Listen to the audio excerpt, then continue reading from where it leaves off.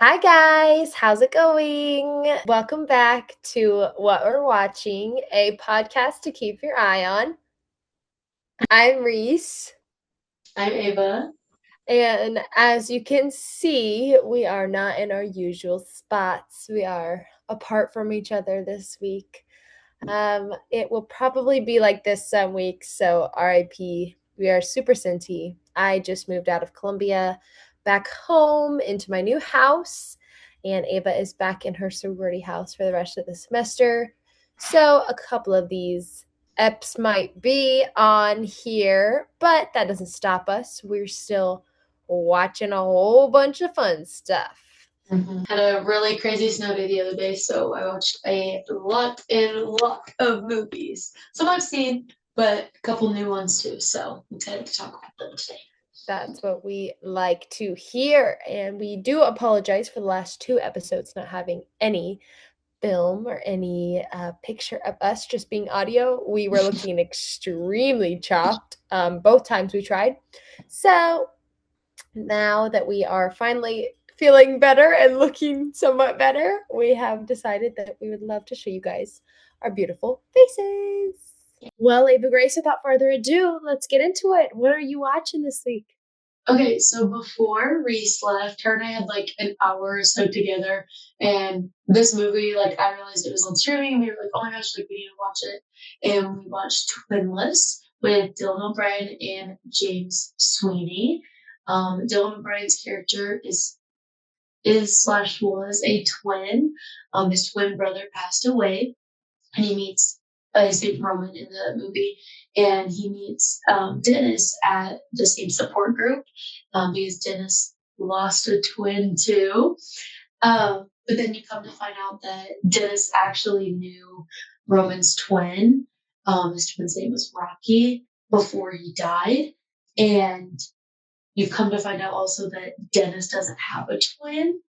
So it's like so many secrets, and Dennis kind of becomes obsessed with Roman and kind of putting what he like really saw in Rocky, Roman's twin, into Roman. It was a lot of R words, but like you know what I'm saying? Like it's really good. Dylan O'Brien just always does a phenomenal job. I've loved him in like the things that I've seen him in, and he just puts his heart and soul into like every role that he does. And this one, he just does a phenomenal job. Yeah, I just watched Brittany Broski's Royal Court this morning with him in it, and he's so fun to watch. He's hilarious, actually, so funny. But he talked about how that this role in Twinless was like the role that he's most proud of, which I really loved. Kind of hearing him like break down and talk about it because he's actually somebody who's extremely introverted, which I feel like is it's such a cool juxtaposition of like an introvert being somebody who's like an actor and having to like put their inner self and their most vulnerable self on the line. So definitely check out Twinless if you guys haven't. It is streaming on Hulu right now. And it's really good. It's kind of like a mix between like a drama and then also like some thriller, suspenseful Yeah. undertones. Yeah, it's very interesting. I really enjoyed it. I liked it a lot. So definitely check it out if you have not already and you need something good to watch while you're snowed in. And our boy from Heated Rivalry, Scott Hunter's in it as well. So Francois is in it. He was the beautiful little cameo. I loved seeing his face on the screen. I love you, Francois. and then on Saturday, I had something for my other job that was supposed to happen, but we got snowed out. So my roommates and I decided to get all together in the TV room here in the sorority house and watch a whole bunch of movies. We started with Burlesque with Christina Aguilera and Cher. Such a fun movie. Um, it's just so fun. Christina Wagon wheel Aguilera, Watushi. literally, like Christina Aguilera's character is someone that's always been kind of craving the spotlight and kind of just wanting to be like a part of something. And she decides to move to LA. Her name's Allie. And she tries to get a job at this burlesque club because she doesn't know a whole lot about it, but they don't have any openings for her. So she's like, okay, then I'll just be a waitress or whatever. And So then she kind of works her way up in this iconic scene where she sings for the first time. It's just such a good movie, such a little staple. And If it you have was not fun. seen that, if you have not seen Burlesque, you need to get Oh, Fred cameo. Or June? Was it June? June. If you have not seen Burlesque, you need to get on it. That is one of the most iconic girl movies ever. If you want to know some really solid girl movies that make you like an icon, check out one of my letterbox lists. It has over 90 movies on it about just being like an iconic girl, and Burlesque is on there. That was just a fun one to watch because a lot of my like roommates haven't seen it before, so it was fun to just like show them. And I kept saying "Wagon Wheel 1, 2, 3," and they didn't know what I was saying. But Yeah, that one's just such a fun movie. And then after that, we decided to switch gears and we watched Sinners because a lot of them hadn't seen Sinners either. And obviously, we've talked about Sinners. I feel like most people know what Sinners is about, but I just I cry at the end every time. Like, oh, the ending scene is just so good, and Michael B. Jordan just does a great job, and Ryan's just a great director, and he just does such a wonderful job with so many great choices with each shot that he does. Like, the ending is just one of my favorite things. Like, it's such a good movie. But we watched that too. Oh, my alarm for my laundry just went off. Yeah, I love Sinners. This is one of movie I'll probably talk a lot about today. But it's one of those that will like just stand the test of time. Like that movie will be talked about for forever and forever and go down in history as like a classic. Like I can predict people watching that movie for years and years and years to come, you know? Mm-hmm. It is that kind of movie that is just it's gonna become a like classic that everybody looks back on for the directing choices, the lighting, the scenes, the acting, the casting choices, the costumes, everything in that time that's gonna be looked upon as a classic. But after that, we switched gears again and we watched Red, White, and Royal Blue, which is also a book. It's about the president's son, Alex, and then Britain's Prince Henry, and they're in love, but like they start off kind of like enemies to lovers. It is heated rivalry before heated rivalry. Literally, and it was just so fun. That was just a fun like one before we dove into a different movie, but that one is just it's just such a cute little love story, and it's fun to watch. Like, Taylor and Nicholas do a great job in it, and it's just one of those cheesy little romances that you can just throw on, and you know exactly what part you're at, and that's Yeah. They're actually making a sequel of it called Red, White, and Royal Wedding. I'm so excited for it. But I've seen so many people online talking about how Nicholas Galantine, he is they just released the trailer for Masters of the Universe and where he plays He-Man. So for the last like year, he's been like bulking up, like getting meaty. And right. How did Henry go from this scrawny little dude to this freaking jacked prince? Like how are they going to explain this timeline? So I'm interested to see. Yeah. I hope that they don't address it at all. Then we just get freaking meaty Henry. Literally. Oh my gosh. I'm excited for that sequel. Definitely. And then the last one on Saturday we watched, this one we were like locked in on. Like I had never seen this group of girls be so quiet ever. Because like we knew like if we looked away or looked at our phones for a second, we would miss something super important. And it was one battle after another. Reese was telling me like I need to watch it. So I was like, okay, maybe I'll force everybody to sit down and watch it with me. And oh my gosh, it was so good. Definitely, if it wasn't our last movie of the day, I would be able to like hone in, pay attention, and watch it like full fledged the whole time. But like we had to move rooms in between. We moved from the TV room upstairs, so it did feel a little like long. After a while, we felt like it was like, oh my gosh, is this ever gonna end? But it was so good. I love every shot of it, and everybody did a phenomenal job in the movie. I mean, when we first started, we were like, okay, what is this movie about? Like having no idea. But it's so Yeah, cool. it is a super long movie. I think it kind of like grapples with like a bunch of different, not necessarily like storylines, but there's many different like parts to it, Yes. like where they're at in the story. But I think that they're all really intentional. Like it all matters. I don't Yes. think there's a single scene that you could have cut out of it, um, and that it would have still had the impact that the story did. Yeah, I really loved One Battle After Mhm. Another, and I understand why it's getting like so much recognition lately. So yeah, I No, agree. it's about Leonardo DiCaprio's character, him and his daughter.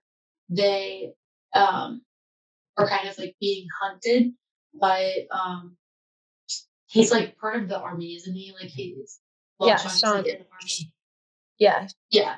And because Leonardo's character used to be a part of like a revolutionary group called the French French 45 70, or 75. 75. Okay, I can't remember what number it was, but they were part of a revolutionary group.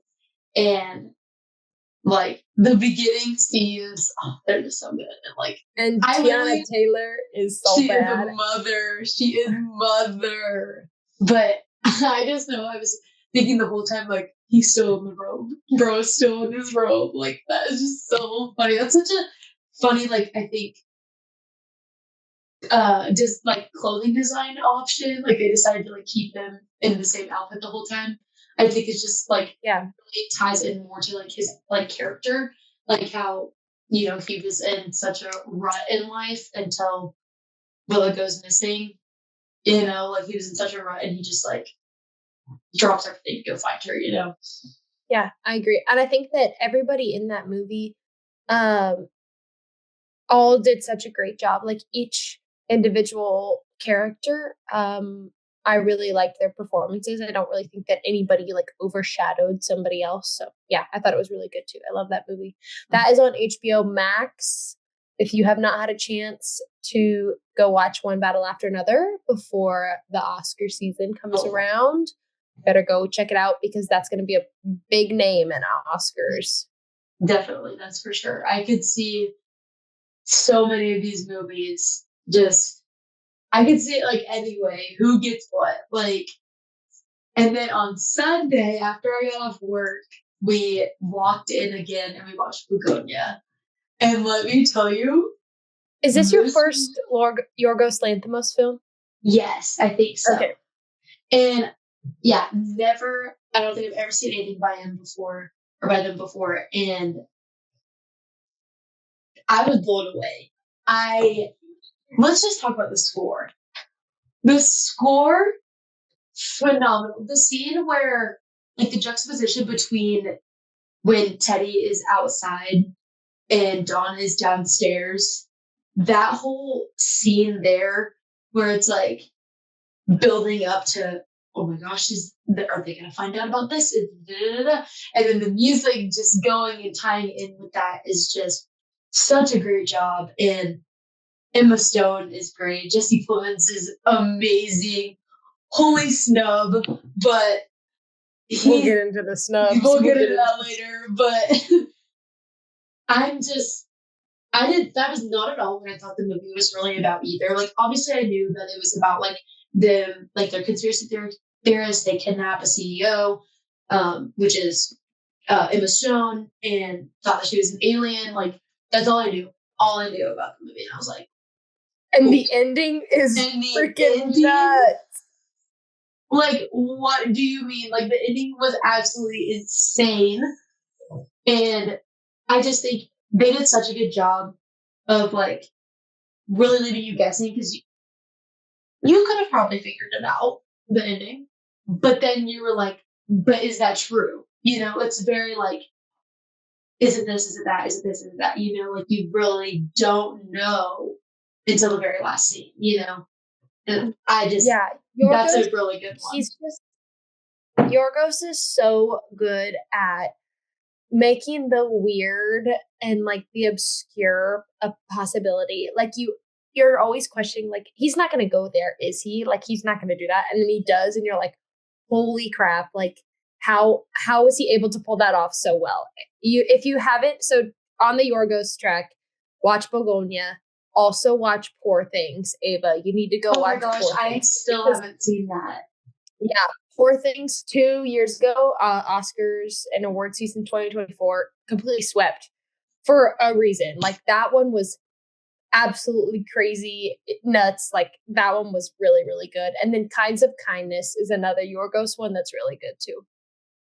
Okay, but that's all the movies I've watched. I've been reading a book series right now, but that's kind of all the media I've been consuming lately. So, what about you, Reese? What have you been watching? Well, everybody. What did we get this week? Monumental, the Oscar nominations. We got all of the lovely little nominations that we are receiving for this year's Oscars. The Oscars are not until like March 14th or 15th, so we have plenty of time until the Oscars episode. However, I really wanted to discuss all of the nominations, where my head's at, where Ava's head's at, and just kind of give you guys an opportunity to watch any movies that are coming into this Oscar season, just because I think it's really important if you're going to be somebody who keeps up with the Oscars to see so that your opinions can be valid. So let's start off with some crazy stats. Sinners got 16 Oscar nominations. Which rightfully so, because I feel like they were like kind of snubbed in the other like side of award season. You know? I think so, like, it's definitely hard because like you said earlier, this is a very stacked year for movies. So stacked. Last year, I don't even really want to get into last year's Oscars and the freaking brutalist and Amelia Perez of it all. Like, please don't bring it up to me if you don't want me to get mad. But yeah, 16 Oscar noms is insane. That is now the record for the most Oscar noms. It absolutely nuts and extremely well deserved. I think that every place that they are in, every category that they are nominated in, 100% is deserved. Below that, we do have One Battle After Another with 13 Oscar noms. And then after that, we have Frankenstein, Marty Supreme, and Sentimental Value, all with 9, which I was really happy to see Frankenstein kind of get more of its flowers for the Oscars, because I feel like it's kind of been flying under the radar a little bit everywhere else. So yeah, that's one I need to watch still. That's like on my to-do list this week, is to sit down and watch it. Yes.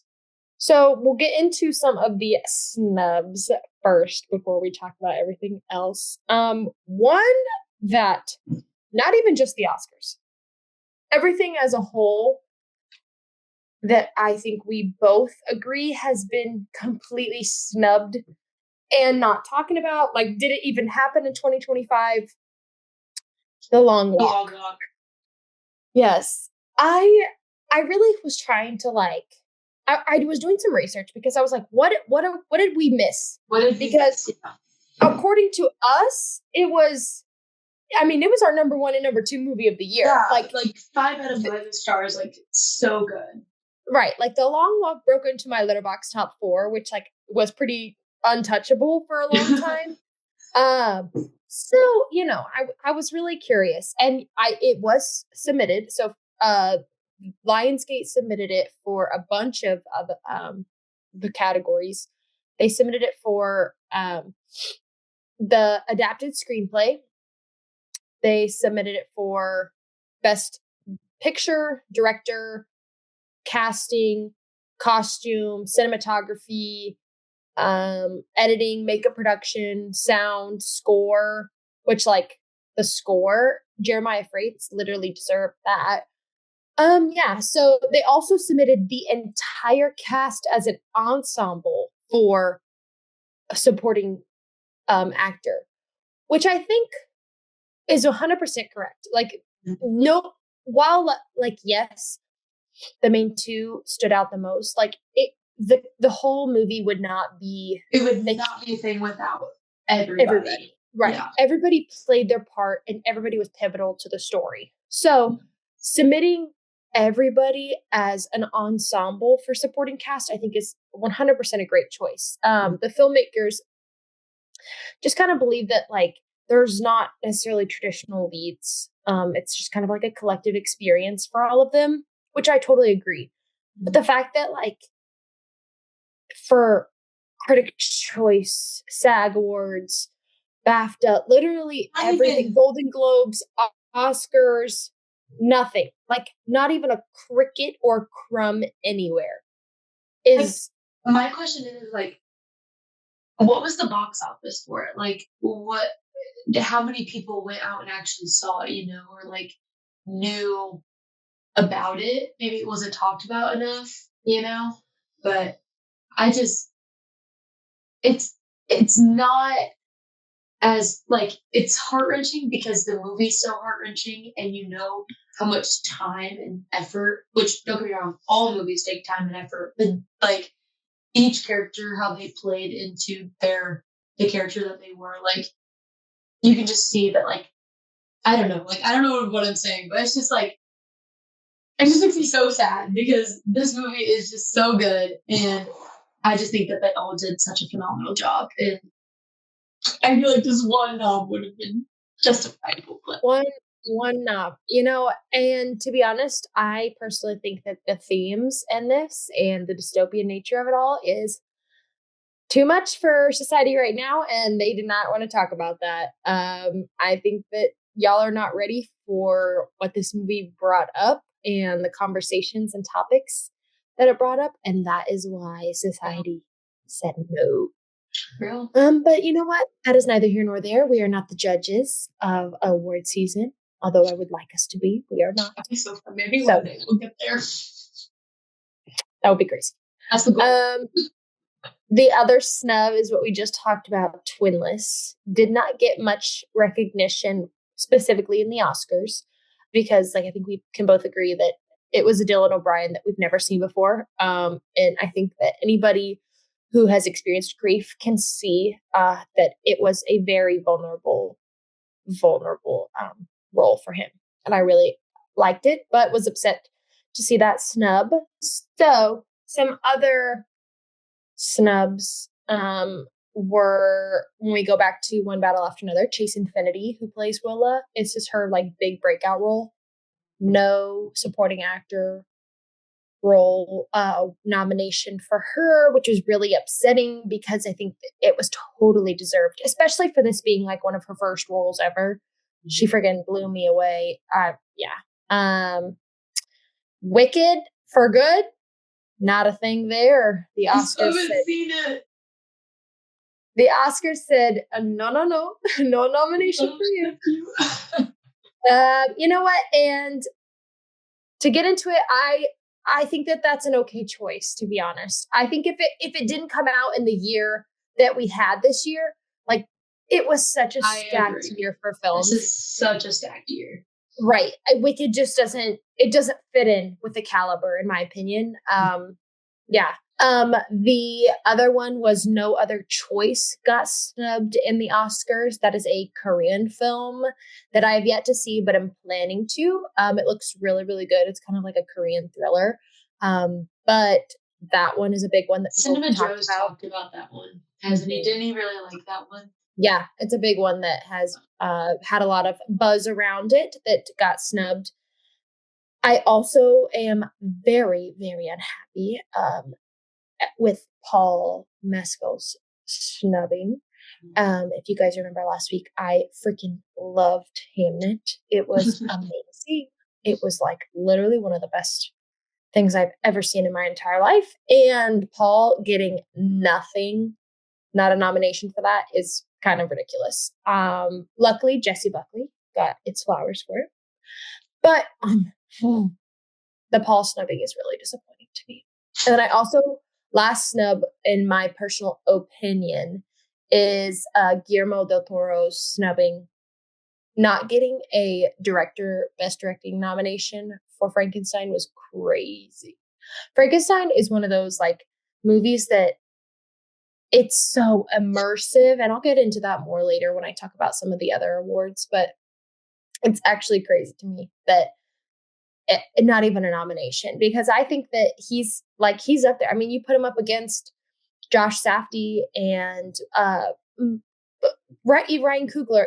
I think that he belongs up there for sure. But like I said, we are not the judges of the Oscars and the Academy. So let's get into the major nominations coming from the Oscars. We'll start, of course, with the Best Picture Award. I have seen 8 out of the 10 that were nominated, and I'm currently watching the ninth one. So I'm hopeful to have watched all of them. I feel like that's going to be my goal before March. Well, that's fine. So the films that are nominated for Best Picture are One Battle After Another, The Secret Agent, Marty Supreme, Hamnet, Bulgonia, F1, Train Dreams, Frankenstein, Sentimental Value, and Sinners. I think that's all. So that is everything that has been nominated for Best Picture. And that's like the top one, I would say. Like that's the one everybody That's wants, like, yeah, everybody is like, that's like the big one everybody's waiting for every year. Right. So I was gonna give my rank. I feel like I have a pretty good opinion. Like I Maybe said, do I've seen top 8. three. Yes. Okay, so this is my ranking, and this is not based on what I want to win. This is what I think will win. We'll start at 10. Number 10 is F1. Why was F1 in it in the first place? Beats the hell out of me. The Academy chose F1. F1 is at 10. Number 9 is Train Dreams. While I loved Train Dreams and I wish Train Dreams would be higher, I know that it's not going to win. I think that it being released on Netflix really held it back. So 8, I have Bulgonia. I love Bulgonia, but I think when you compare it to the other Yorgos Lanthimos movies, it doesn't stand out compared to his other ones. Number 7, I have The Secret Agent, which I'm currently watching right now. Number 6, I have Frankenstein. Again, Netflix, I think, is holding it back. I think if it would have had a wide release, it would have really made, drastically different progress. Number 5, I think I put Sentimental Value. I have yet to see that one, so I don't have much of opinion on that one yet. But just from the buzz and what I've heard about it and read about it, I put that one at number 5. And then at number 4, I have Hamnet. Number 3, I have Sinners. Number 2, I have Marty Supreme. And number 1, I have One Battle After Another. I think that one Battle After Another will win. However, what I want to win is Sinners or Hamnet. I will be happy with either Sinners or Hamnet, but I do, in my heart of hearts, think that One Battle After Another will be taking home the Best Picture award. I think that definitely with the way I feel like the Academy thinks and kind of just like how every year kind of goes, I feel like that's probably going to be their top choice. But I agree. I think I would really like Sinners to win. I really liked Marty Supreme too, so if that one would win, I wouldn't be mad either. So, but I still haven't seen all of them, so I don't have a lot to say about it. Yeah. So pulling for Sinners, happy with Hamnet. It will probably be One Battle After Another. So, all right, let's move on to the Best Actor in a Leading Role. We have Timothée Chalamet for Marty Supreme. We have Leonardo DiCaprio for One Battle After Another. Ethan Hawke for Blue Moon, which I've heard like not really anything about. So I'm sure if he, up against a lot of these other competitions, it must have been really good. And then Michael B. Jordan for Sinners and Wagner Morna for The Secret Agent. Now, like I said, I've seen 3 of these and I'm currently watching The Secret Agent. So take, my opinions with a grain of salt. But I want Michael B. Jordan to win because, He deserves it, in he my really opinion. does. And hear him talk about like how he got into the role, all the like effort and work that he put in. I really feel like he does deserve it. However, I do think that this is Timothy Chalamet's year, and I think that Timmy will be taking home the Oscar I for it. I could see that too. I could totally see Timothy taking it this year, but I love the way that the other castmates speak about Michael B. Jordan though, how like they would talk about Miles would talk about how you would know which one he was when he came on set. Like you would That's know awesome. because he was so immersed into that role. And I just think that's so cool how you can have two completely different personalities, but played by the same person. That person gets like switch between the two and can fully immerse themselves in that character. I just think that's awesome. And Yeah. I I would love for Michael B. Jordan to win, but I also agree with you. I think Timothy could probably take it. And I don't necessarily think that it's not deserved by Timothy. I Mhm. just think that he's been snubbed for his role in films in the past, Yes. and that it should have been given to him in the past. I don't necessarily think that this is his best role. He still did amazing, phenomenal job. But I would love to see Michael B. Jordan take this one home. So moving on to the best actress in a leading role, we have Jessie Buckley for Hamnet. We have Rose Byrne for If I Had Legs, I'd Kick You. We have I apologize, I didn't know how to say her name. It's Renette for Sentimental Value, Emma Stone for Bulgonia, and then the surprise one here in this category was Kate Hudson for A Song Sung Blue, which Did you watch it? no. But there was nobody else. Nobody No. else. I'm like,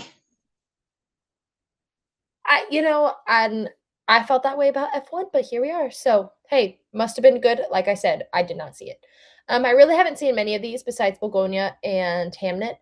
But I can't not I literally can't imagine anybody even touching the caliber of a performance that Jessie Buckley had. I think that Jessie Buckley deserves it, and I think that she's gonna win it because, like I said last week, it was life changing. Her performance alone was so moving and really like portrayed grief in a beautiful way. Yeah, Jessie will 100%, in my opinion, be taking this one home. yeah, I wouldn't be surprised if it's between her and Rose because I think Rose won the Golden Globe for it. Hmm. So I wouldn't be surprised if it would like kind of really be between the two. But Sure. since Yeah. I haven't seen either of them, but I really want to see him soon. But from what you've said and from what like I've seen like on social media and stuff, I think that would be very likely for her to get that. Yeah. For those that don't know, the Golden Globes splits it up into comedy and musical and then a drama. And so Jessie Buckley won leading role for an actress in a drama, and then Rose Byrne won for comedy or musical, which the ones that they put in comedy and musical are always like super, super weird. Like they're never actually And they comedies were actually comedies. nor musicals. Yeah. But Well, like so I'm trying to think what movie they had in comedy that we were like really shocked was like a comedy. Like that would not be considered a comedy. I don't remember what it was, but yeah. yeah. Moving on. Okay, so supporting actor. We have actor in a supporting role. We have Benicio del Toro for One Battle After Another. Sean Penn in One Battle After Another. We have Jacob Elordi in Frankenstein. Stellan Skarsgård for Sentimental Value. And then the surprise here was Delroy Lindo for Sinners, which I love that he got nominated for Me that. It too. makes me so happy. I think that's great. I love it. I love that he got some recognition for his performance because he's somebody who's been in the industry a long time. That I think that I love when people in the industry kind of get a chance to perform, for a bigger production like that. So I love that for him. Hmm. I do think that Jacob Elordi deserves this. I love Frankenstein. It was literally one of the best movies I have seen in a very, very long time. I thought it was beautifully done. And I thought Jacob Elordi did such a cool job with the monsters role. So I want Jacob Elordi to win. I do think Stellan Skarsgård will win because I think he has taken it. I think he's taken it at the Critics' Choice and the Golden Globes already. So I have a feeling that Stellan Skarsgård will take it. Like I said, I have not seen Sentimental Value, but I know that Stellan Skarsgård is a really awesome actor. So I have a feeling that he will probably take the cake for this one. Yeah, I probably have to agree with that. I think probably it could be him, but I I would love if Delroy would win because I just love his performance in the movie because it's such a fine line between like that little bit of comedy that you need, but then also deliver such a like hard hitting line right after, Yeah, you know? sure, And totally. I love I think how that he could play a character both ways, kind of like that, you know? yeah, I think it's a very stacked category this Mhm, year, and I'd be happy with anybody because like mhm. Benicio del Toro and Sean Penn both were amazing in What Yes, Battlefield, like we talked about earlier. Like that whole cast was yes, amazing. So, yes. all right, actress in a supporting role here we have Elle Fanning for Sentimental Value. Um, Another name I do not know how to pronounce. It Inga Lilanes from Sentimental Value as well.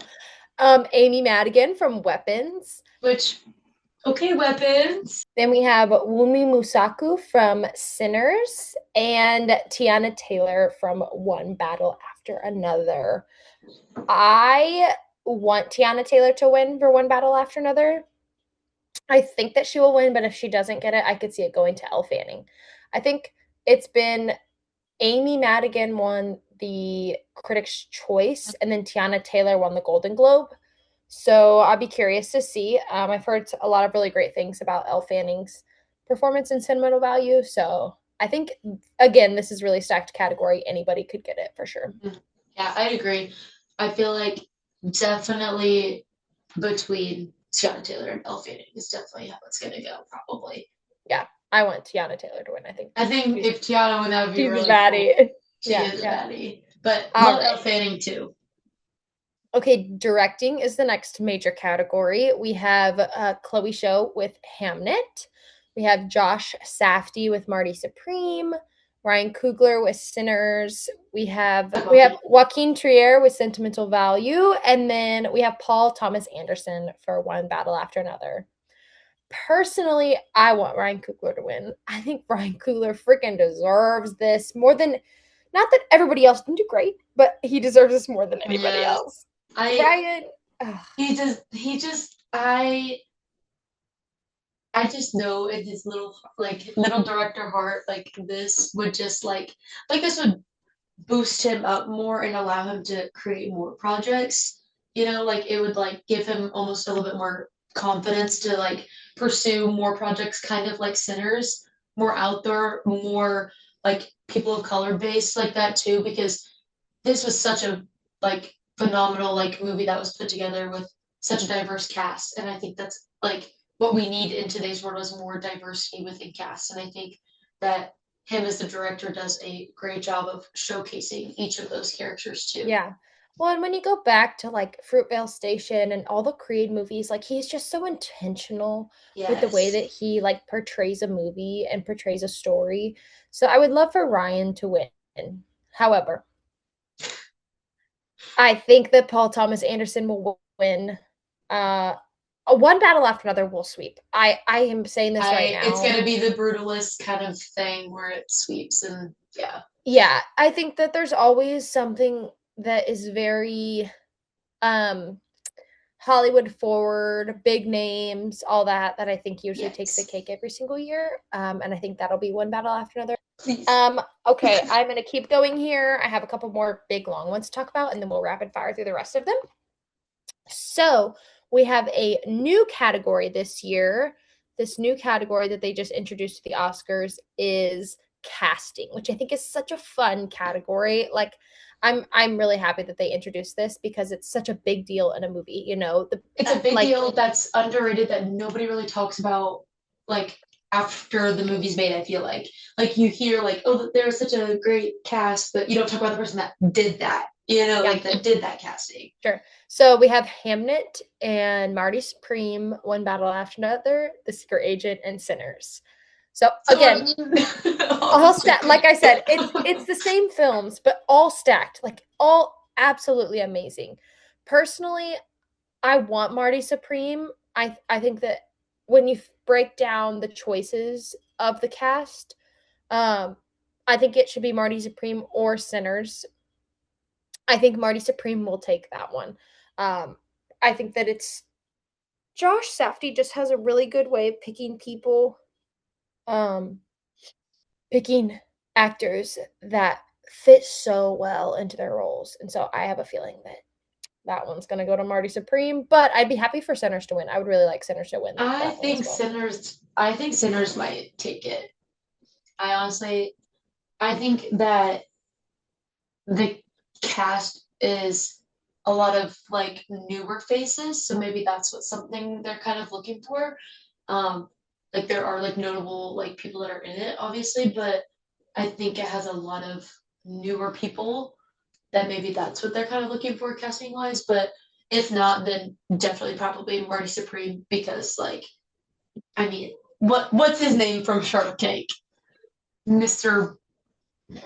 Magnificent. Magnificent. I thought to say Kevin fantastic. O'Leary. Kevin Yes. O'Leary. Like adding that, like having him be like that's a great choice Right. too. Well, and we don't really know how the Academy is going to like judge that Mhm. category yet because we've never had it. This is the Mhm. first year for that. So I'd just be interested to see like where their like opinions come from or where their criteria comes from. So Yeah. all right. So we have now two awards after this. We have the adapted screenplay and the original screenplay. So for those that don't know, the difference between the two is that adapted is based off of pre-existing material, whether that's like a true story, a play, books, articles, things like that. And then original, of course, is like created entirely new by the writer. So for the adapted screenplay, we have Hamnet, which I talked about last week, is based off of the Maggie O'Farrell book. We have Frankenstein, which of course is based off of Mary Shelley's 1818 novel. We have Begonia, which is based off of the 2003 South Korean sci-fi comedy called Save the Planet. Then we have One Battle After Another, which is actually an adapted screenplay off of Thomas Pynchon's 1990 novel Vineland. And then last we have Train Dreams, which I love Train Dreams. It's based off of a 2011 Dennis Johnson's novella. So all of these are the adapted screenplays. Personally, I want Hamnet to win, but I think One Battle After Another will probably take it. I don't know. I really think Hamnet has a strong pull for this one. I would love to see Hamnet or Frankenstein win this one. But yeah, I have a feeling One Battle After Another really might take the cake in a lot of these places. So I think Begonia's got to go home with at least one award, and if they get one, I feel like it may be this one. yeah, Just because I don't know, which granted, once again, haven't seen Frankenstein or Hamnet, so I don't really know a lot about those. But I don't know. I think it's one that may have a little bit of pull, kind of under the radar for this one. Like, wouldn't be surprised. Like, would be kind of shocked if they got it, but not fully surprised. okay, and then we have for the original screenplay, Blue Moon. It was just an accident, which is a foreign film. Marty Supreme, Sentimental Value, and Sinners. I want Sinners to win this category, and I think Sinners has a really strong chance to win this Mm-hmm. category. If not, I think it'll go to Marty Supreme, to be honest. But I really think that Sinners is probably going to win this category, in my opinion. Mm-hmm. I So, agree. I think Sinners is definitely probably like it. This is another one that I think is like, who else are you gonna give it to? I do see sentimental value maybe being up there just because of how much it was talked about at like the Golden Globes and how much it wanted the Golden Globes too. okay. I think that next we'll hop into score. Like I said, I wish that The Long Walk was a part of this, but we have Bulgonia, Frankenstein, Hamnet, One Battle After Another, and Sinners. Again, it can go to anything in here, genuinely. I think it'll go to anything. I want it to go to Sinners, and I think it will go to Sinners, to be honest. The only other one that I think that could take it above Sinners is maybe Bulgonia, to be Mm-hmm. honest. No, yeah, that's another one I um agree with too. I would be very happy if Sinners won, but I would not be surprised if Begonia took. We have original song. We have Dear Me from, I've never heard of this movie before. Diane Warren. Sure, it was good. Golden from K-pop Demon Hunters. We have I Lied to You from Sinners. We have Sweet Dreams of Joy from Viva Verdi. And then we have Train Dreams from Train Dreams.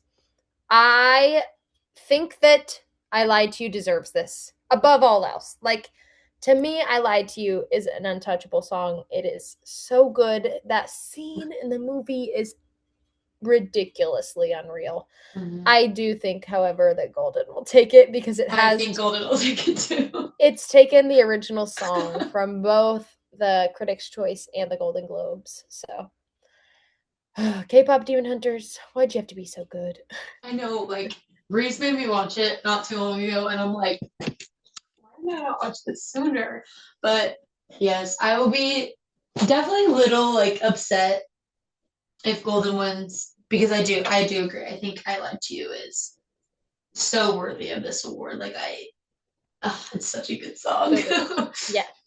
Okay, so the next one we have production design. And for those that don't know, because a lot of these can sound really similar, production design is basically the strength of like a film's story and like the mood. They want to see like how immersive and like world building that the production is. So we have Frankenstein, Hamnet, Marty Supreme, One Battle After Other, and Sinners. Again, Same group. amazing, literally all amazing. I want Hamnet to win. I personally think Hamnet would win. Um, it that movie was, I think I said specifically immersive last week. It really felt like that. I really want production design to go to Hamnet. It was gorgeous. Marty Supreme, I think, is another one that would be probably close to getting this one because that one I don't know, like when you're in the dark theater and with the like same contrast of the movie with how dark it is like in the movie, like the coloring of it, the coloring choices, I feel like I don't know, it feels a little bit immersive in that, like Yeah, especially the scenes of him actually playing. I feel like you're maybe a part of the crowd or right like next to him, like almost kind of like how Challengers kind of was too, how you like became the ball. I feel like that's kind of how Marty Supreme was too a little sure, bit. totally. Yeah. I could also see Sinners too, just like with characters, how like well that they like built out the storylines of the Mhm. characters beyond what the film showed. So cool. Yes. So we have visual effects, which is Avatar Fire and Ash, F1, Jurassic World Rebirth, The Last Bus, and Sinners. I think it should go to Sinners. For some reason, I have a feeling that they're going to give it to Avatar. I just think they want to find a reason to snub Sinners, but Yeah, it should go to Sinners. I'd say Avatar maybe F1, but I agree. I would want to choose Sinners, but it's probably Yeah. gonna go to Avatar. The next one is film editing. That is just kind of like the narrative flow and like pacing of it all, and just kind of like the emotional impact that the editing has. I think should go to Sinners. If you see like the shots and stuff like that, should go to Sinners. But I think F1 will probably take the cake for that one, which rightfully so. Like the editing and the sound design of F1 were really cool. So I think the F1 probably will take that one. Lastly, I wanted to talk about the cinematography. This is the last major nom I wanted to talk about. I it's all about like the immersive lighting and like the composition of everything, camera movement, kind of like this epic feel to it. Are they using like wide shots, natural lighting, these like one shot ones? I think that it belongs to Train Dreams, if I'm being honest. I really the cinematography I think is what pushed Train Dreams as far as it did. I think Sinners could take Train Dreams, or sorry, Sinners could take cinematography, specifically for that one shot. If you know, you know.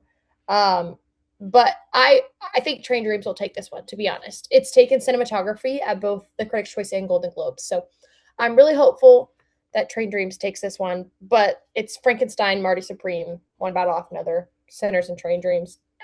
It could go any which way, but Yeah, I haven't seen Train Dreams either, but I would love for I don't want to say like underrated, but one that's kind of flown kind of under the radar in a lot of other categories. Maybe take this one. I think that yeah, would be really cool. agreed. So basically, what we've learned is that everybody, including Ava, needs to go watch the 10 movies that I talked about at the beginning. So let me run through them one more time in case you forgot. You need to go watch One Battle After Another, Marty Supreme, Sinners, Hamnet, Sentimental Value, Frankenstein, The Secret Agent, Bologna, Train Dreams, and F1. If you watch all of those, you will be set to make good opinions for the Oscars and the rest of the award season. So Mhm. awesome, guys. Well, now that we've talked your ear off for probably way too Way too long this long. week, we had a lot to talk about. We will see you guys next week. We loved chatting with you, and we hope that you guys have a lovely week and you get back to watching whatever you're watching. Let us know your opinions and thoughts too. Let us know in the comments below how you feel about the Oscars. Love you guys. Bye. Bye.